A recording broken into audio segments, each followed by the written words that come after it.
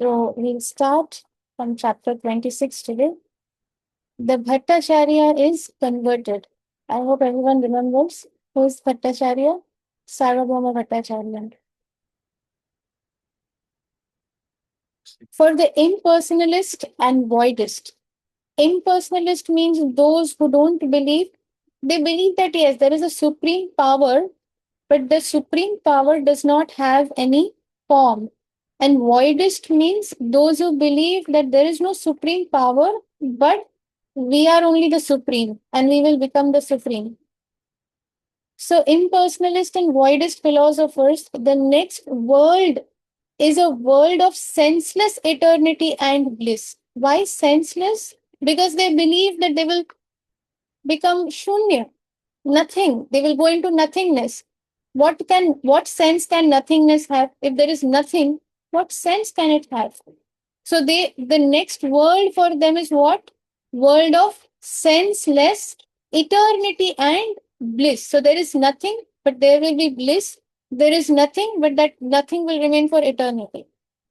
The voidist philosophers want to establish that ultimately everything is senseless.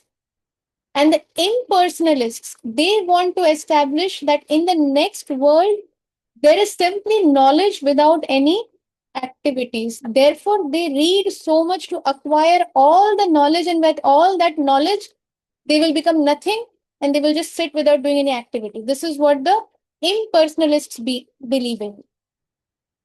Thus, the less intelligent salvationists, salvation, we say, no, moksha.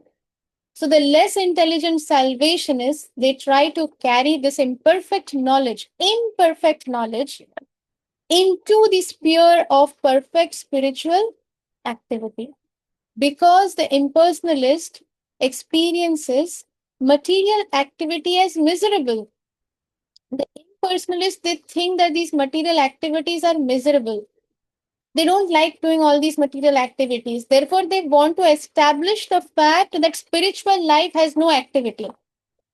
Because they find material activity to be miserable, therefore, let us establish that spiritual life, no activity is required. Only knowledge should be there and no activity. He cannot understand the activities of devotional service. Devotional service means active service of Krishna, actively serving Krishna. Srila Prabhupada says that don't work hard for Maya. Don't slog like a donkey for Maya, but work very hard for Krishna. Work very hard for Krishna. So the activities of devotional service is what? Actively working for Krishna. Anything, that can be anything. That does not mean that, okay, we want to endeavor more and earn more money. No, all that is not required. Whatever is required, we should work for that. Money is required for the grihasthas. Therefore, the grihasthas should not sit at home like a lazy person thinking, no, Srivas Pandit, he sat at home and he used to clap 3 times and all the prasad would come. I will also do the same. No, we are not Srivas Pandit. So we should not imitate them. We are what we are. So therefore, accept and work for Krishna. So these people, they don't understand activities of devotional service. Indeed, spiritual activity in devotional service is unintelligible to the voidist philosophers and impersonalists. I've personally experienced people who are voidist, who are impersonalist, and they say that what is all this nonsense? What are you doing? Have you lost your mind? This is all andha vishwas because uh, because of lack of education. And then if you go to tell them that no, even the most educated scholarly persons are also have also understood this fact, the um, the truth in these what the scriptures are saying, the truth of devotional service, the truth about Krishna. They say that no, they have only studied, but they are actually foolish. But who is actually foolish? These people. Because they're voidist and they're impersonalist. They don't like that. Why should we do activities for somebody else? Every activity should be for my sense gratification. मुझे जो चाहिए. Where did this Krishna come in between? So why should we do anything for this other? And that too, because they don't believe in Krishna. They don't know what is who is Krishna. They don't know the activities about Krishna. And Krishna also has said, um, what is it? Mudha na abhijananti. These foolish rascals, I am not using this word for your kind information.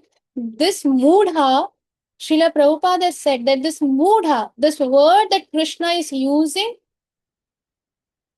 in Sanskrit, if we see the direct or to understand the essence of this word mudha, the only relatable English word is rascal. Therefore, Prabhupada is not using it out of himself. He is using the words of Krishna. He is only it's everything that he has said is as it is, that has been given by Krishna, that has been given by the Shastra. There is nothing that Srila Prabhupada has made up. And therefore, if I am using this word, it is also not to point out something to somebody, but it is what Krishna has used, what Srila Prabhupada has used, what our acharyas have used. So these foolish persons, they believe, why should we do something for something or someone who does not exist, because they are voidist. They don't believe in the form of the Lord. Voidist are they don't believe in a higher power. Impersonalist are they don't believe in the form of the higher power. Both these unintelligent people, they don't believe in doing all these material activity as because it is miserable. And there are others, atheists, who believe, why should we do any activity for someone else? Everything should be for my pleasure. Therefore, they completely deride, they just simply hate these Krishna conscious activities and devotional service. And they speak so much ill about all the Shastras also, about the Supreme God. And I've personally met such people actually. So he cannot understand the activities of devotional service. Indeed, spiritual activity in devotional service is unintelligible to the voidist philosophers and to the impersonalists.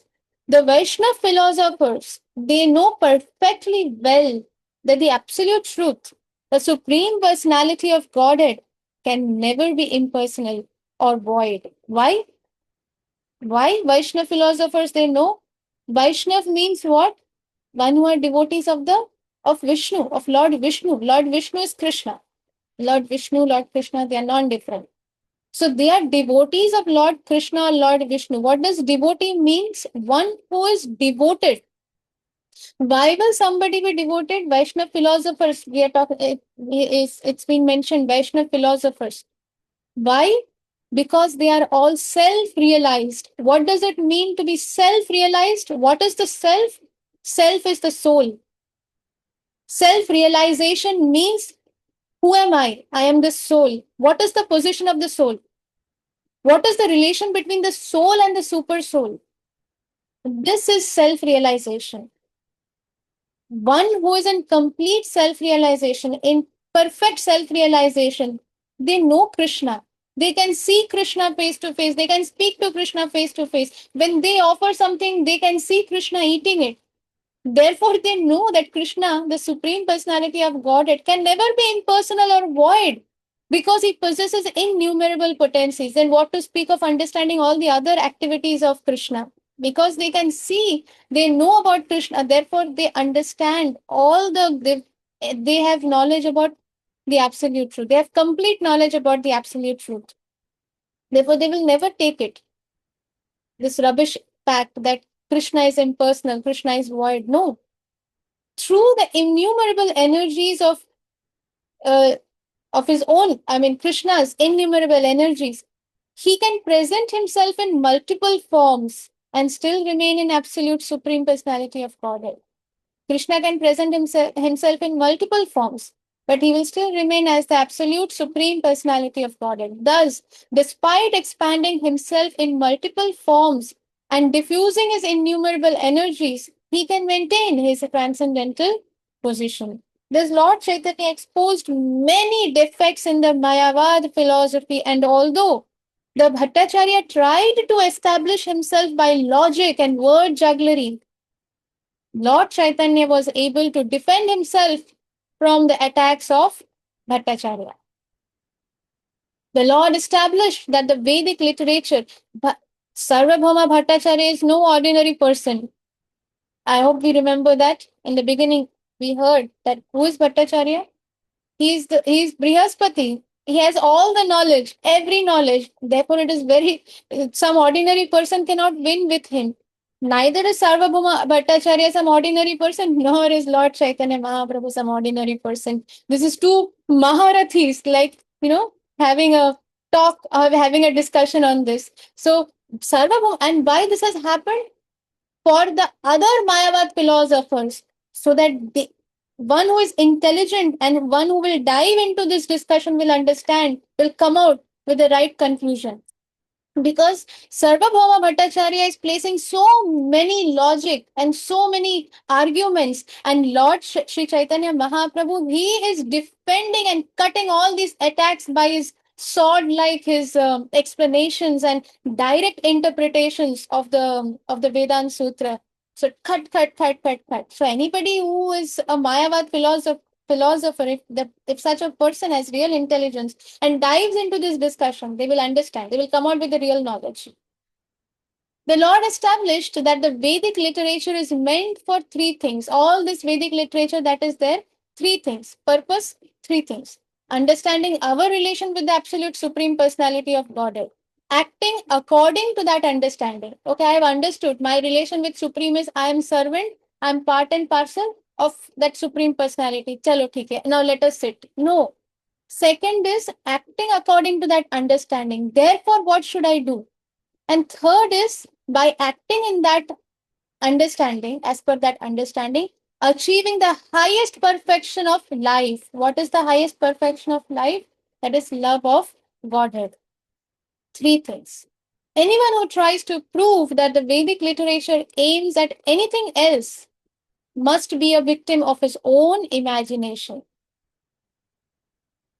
The Lord then quoted some verses from the Purans by which he established that Shankaracharya was ordered to teach Mayavad philosophy by the Supreme Personality of Godhead. Mahaprabhu, he quoted from the Puran, he established the fact that Shankaracharya did not do this by his own accord or just because he wanted to.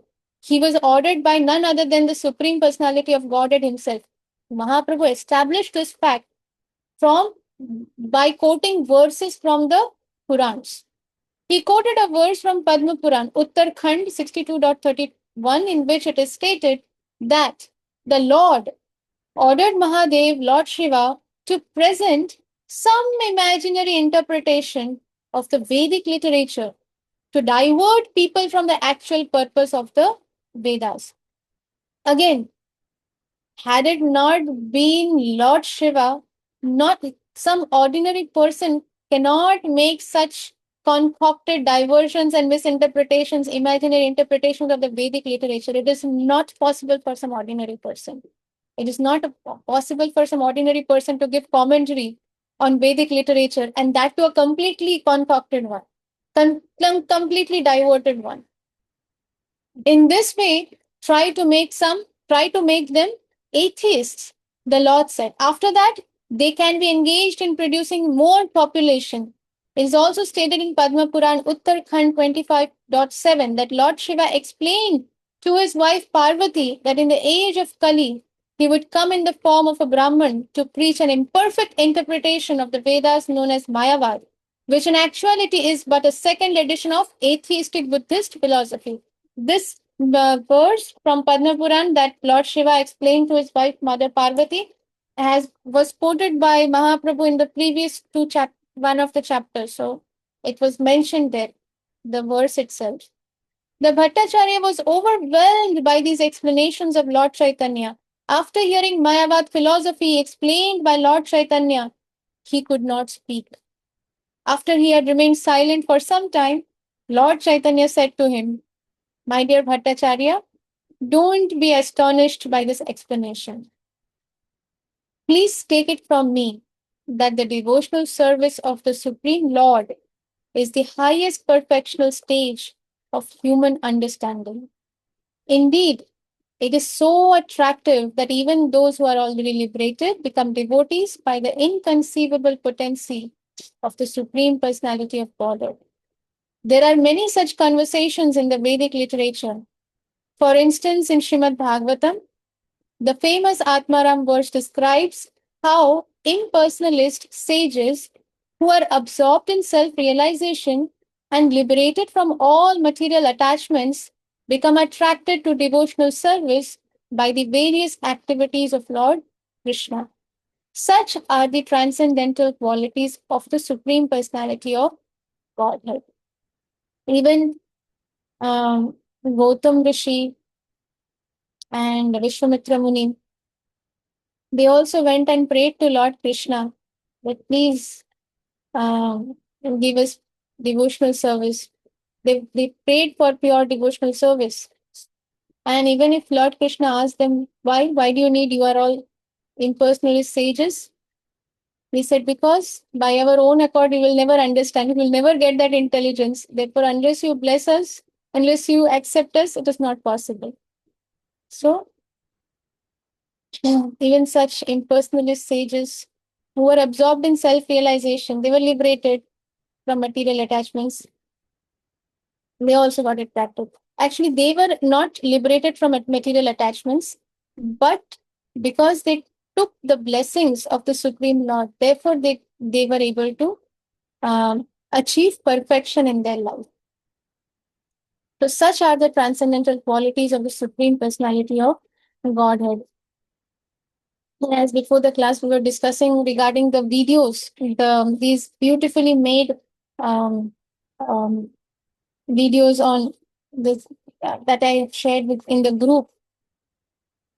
It shows that so we should be very careful because these days there are so many videos coming up, and some may be bona fide, but not all of them. Therefore, we should be very careful because if we watch bona fide videos, um then of course they will give us more enthusiasm. They will make us more um, inspired in Krishna conscious activities, or they will inspire us to become more surrendered to Guru and Krishna, which is the most important point of everything.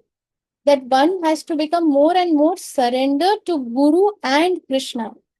Even if um, even if Krishna is not ready to look at us also, but if one is able to serve the spiritual master's instructions and please the spiritual master, by the mercy and grace of the spiritual master, no matter what, Krishna will be forced to come and shower mercy on such a person. We don't even deserve actually. Krishna will never look at us because we don't deserve it. We deserve many, many, many sufferings for millions and millions of lifetime. But if our spiritual master once just, goes and tells Krishna that please accept this person, and our spiritual master is praying for each one of us every day. Therefore, if we are able to do anything in Krishna consciousness, it is because our spiritual master is praying for us. It is because our Shiksha Gurus are praying for us. Gurum, Shri Gurum, Deenataranam. It is not Shri Guru. Guru is plural, all the Gurus. Diksha Guru, Shiksha Guru. Because of their prayers, we are surviving in Krishna consciousness. Otherwise, we would have been kicked out from Krishna consciousness long, long back. Therefore, we should be very careful that what we watch, what we hear is from the bona fide parampara. Because if it is not bona fide, it can even actually spoil our enthusiasm in Krishna consciousness. It can disturb our stability in Krishna consciousness. It is just like milk is good, but if it is sipped by the snake, it becomes poison. So there is a very thin line between the good part and the poison part. So we should be very careful what we are watching, what from whom are we hearing. Even for kirtan, Everything that we watch, we hear, we do, all of that is consciousness. We are attracting, we are absorbing consciousness. And this is association. Therefore, anything that is not bona fide will enter our consciousness and will disturb. We are struggling so much to just progress in Krishna consciousness. We are making baby steps, and one wrong association, one wrong consciousness can completely shatter our stability in Krishna consciousness, and it can shatter our surrender, our faith in the whole system. So therefore, we should be very careful. So, we'll stop here for today, and Krishna willing, we'll continue reading again tomorrow. Thank you very much, dear devotees, for your kind association. Vancha kalpatrubhyascha, kripa sindhubhya eva cha, patitanam pavanebhyo, vaishnavebhyo, namo namaha. अनंत कोटि वैष्णव वृंद की जय। श्री श्रीमद श्री जय प्रताप स्वामी गुरु महाराज की जय। जगत शील प्रभुपाद की जय। पिताई गौर प्रेमानंदे हरि हरि बोल। श्यामा करुणामयी माता जी की जय गौर प्रेमानंदे हरि हरि बोल। हरि हरि बोल। हरी बोल।